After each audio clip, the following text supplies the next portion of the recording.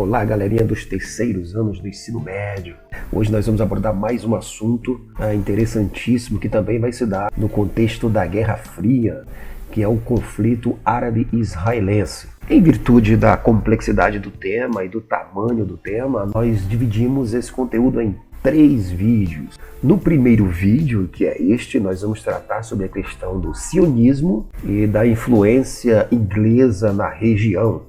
No segundo vídeo, nós vamos tratar das guerras árabes israelenses. E no terceiro vídeo, nós vamos destacar os acordos internacionais que foram assinados entre os palestinos e os israelenses, mediado pelas grandes potências do período da Guerra Fria, União Soviética e Estados Unidos, e também pela ONU. Espero que vocês gostem, dê um like no vídeo, se inscrevam no canal e vamos pro vídeo. O que é a Palestina? A Palestina é uma faixa de terra de cerca de 27 mil quilômetros no Oriente Médio, como nós podemos ver aqui no mapa. Ela fica entre o Mar Mediterrâneo, a oeste, o Rio Jordão e o Mar Morto, a leste. Esse território foi ocupado por vários povos de diferentes etnias e os hebreus chegaram na região por volta de 1200 a.C. Eles foram expulsos de lá em 70 d.C. pelo Império Romano. E assim, os descendentes dos judeus vão se espalhar pelo mundo. E em 638 d.C., os árabes muçulmanos vão conquistar a Palestina e vão conviver lá pacificamente com alguns grupos hebreus que permaneceram na região. Aqui no mapa a gente pode ver um pouco dessa localização geográfica, E assim nós podemos ver as fronteiras da região da Palestina, que hoje comporta o Estado de Israel e da Autoridade Palestina. As migrações em massa. A partir do século XIX, vai ganhar força em toda a Europa um movimento desenvolvido por Theodor Herzl, chamado de sionismo. É um movimento nacionalista criado por esse escritor húngaro. Ele defendia a criação de um Estado judeu na Palestina.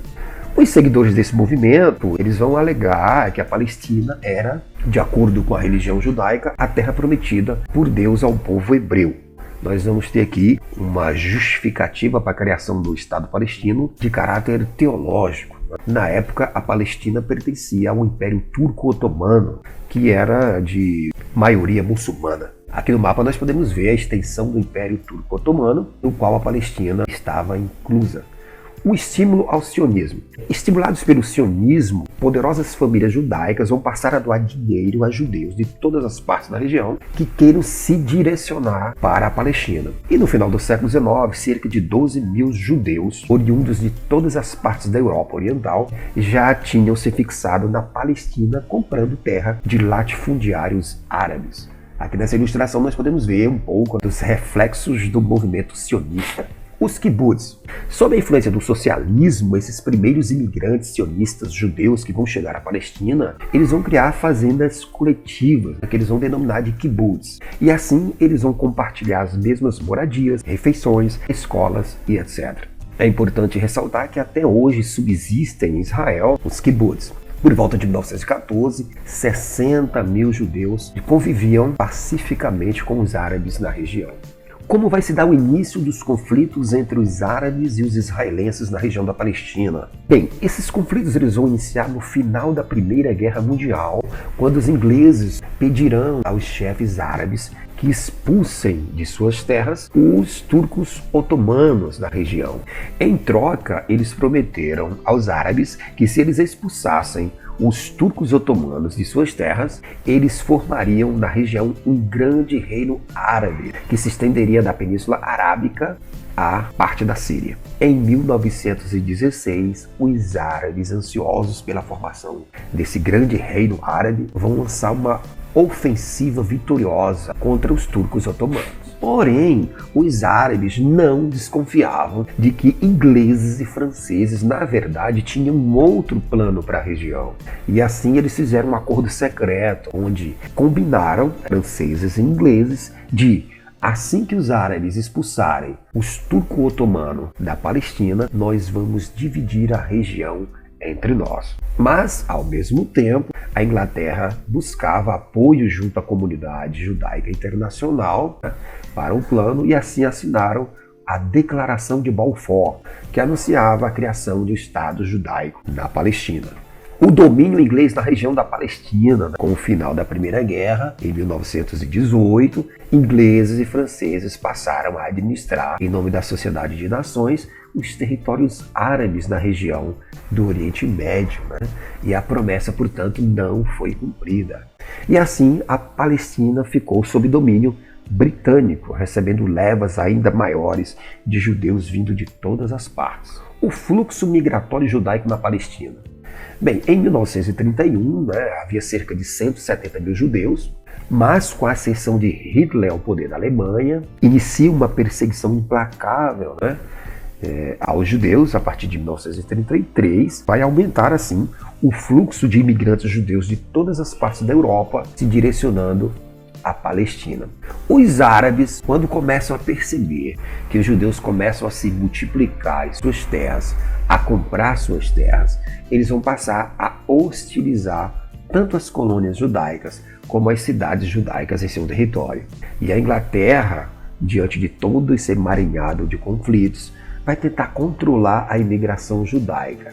Mas como o extermínio judeus nos campos de concentração nazistas eram muito fortes e provocavam uma comoção na opinião pública mundial, a Inglaterra não teve como conter a entrada de judeus na Palestina.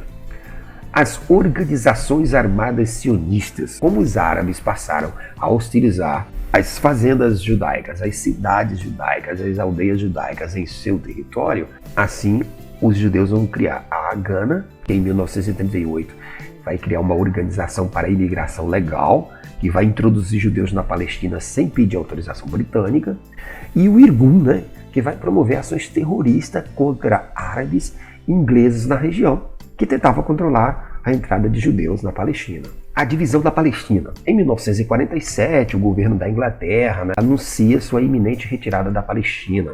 E aí coube à ONU encontrar uma solução para que árabes e judeus na região pudessem conviver de forma mais pacífica. E assim, em novembro de 1947, a ONU aprovou um plano de divisão do território palestino em 2 estados, sendo que 56% das terras seriam para os judeus e 42% para os árabes. As injustiças na divisão da Palestina pela ONU. A ONU desconsiderou que a população árabe palestina na região era de 1,25 milhões de pessoas, ou seja, era o dobro da população judaica.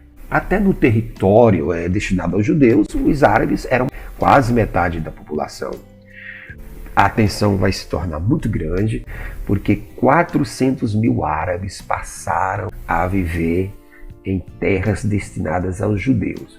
A tensão vai aumentar, porque cerca de 400 mil árabes que viviam em terras destinadas aos judeus foram obrigados a fugir de lá.